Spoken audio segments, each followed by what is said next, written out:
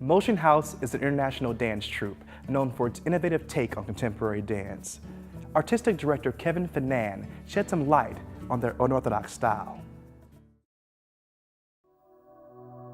The company was formed in the 1980s and the house scene was happening. There was house dances and there was a lot of underground art really resurfacing again. It was a fun time. And we wanted a name that would capture our spirit of bringing everything together under one roof and trying to make something new.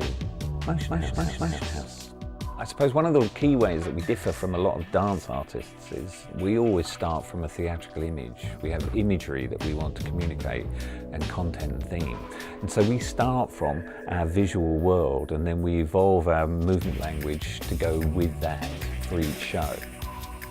We're a spectacular art. We're about making things for the eyes and the senses and communicating through them.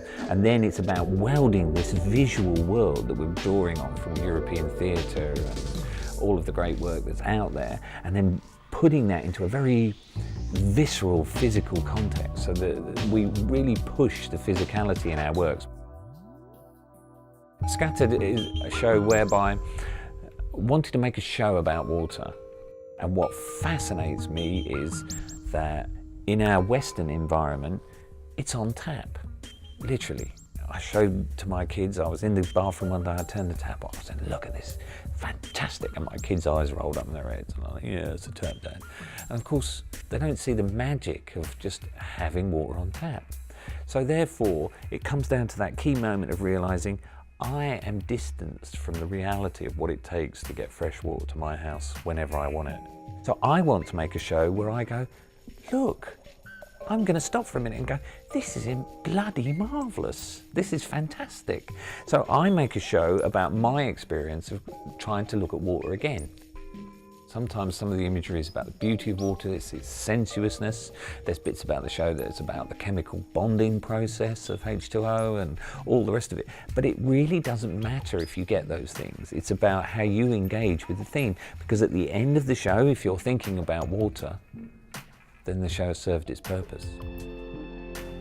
We tread a line where we go, and it has its pitfalls and its dangers, where we consider the engagement with the audience, and we consider the type of imagery we use and the duration and the editing and the speed, and all of that has really been informed from working outdoors. We consider, and sometimes we go, you know what, we're going to help them out here, we're going to do this for the audience. And then in other parts we're going to go, I really want to challenge them here, so I'm going to give them something to give them a bit of confidence in us. We're going to challenge them, and then I'm going to bring them back somewhere so they feel that they know where they are.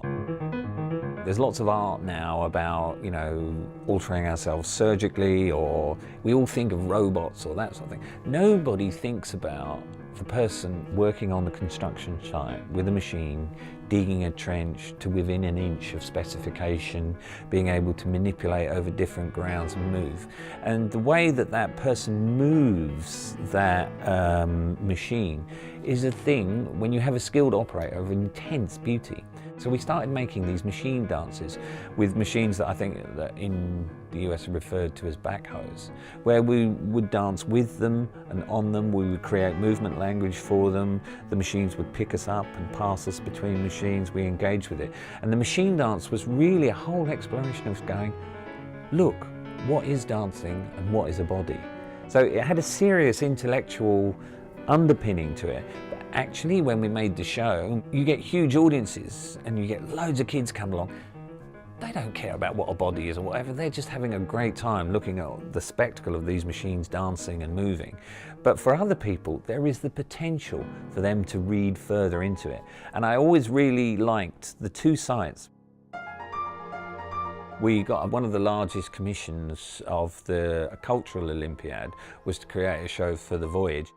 So in the middle of Birmingham, we created a full-sized ship.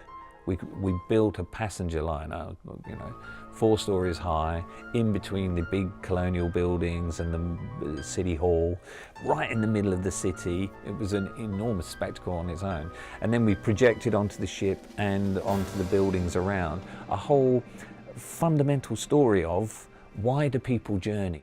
The Voyage was very interesting because, again, it was like, okay, we're going to create spectacle, but it's got to be engaging.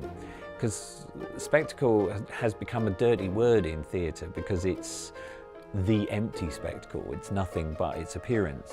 I think today is the era of spectacle, again, the way it speaks to us on a direct level.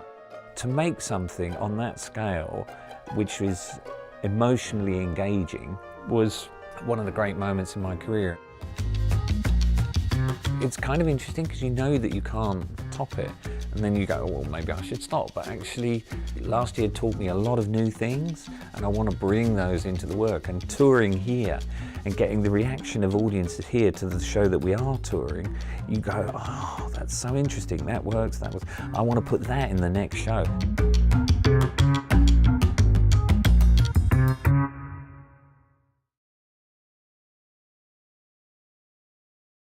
To find out more about Motion House and all of the rest of the artists found here today, visit the Detroit Performs website. And that wraps it up for this edition of Detroit Performs. As always, for more arts and culture, head to DetroitPerforms.org, where you'll find featured videos, blogs, and information on upcoming arts events. Also, like us on Facebook and Twitter. I'd like to thank the N90 Center for letting us hang out here today. Make sure you guys come by and check it out for yourself. Until next Tuesday, get out there and show the world how Detroit performs, y'all. I am DJ Oliver. Thanks for watching, guys.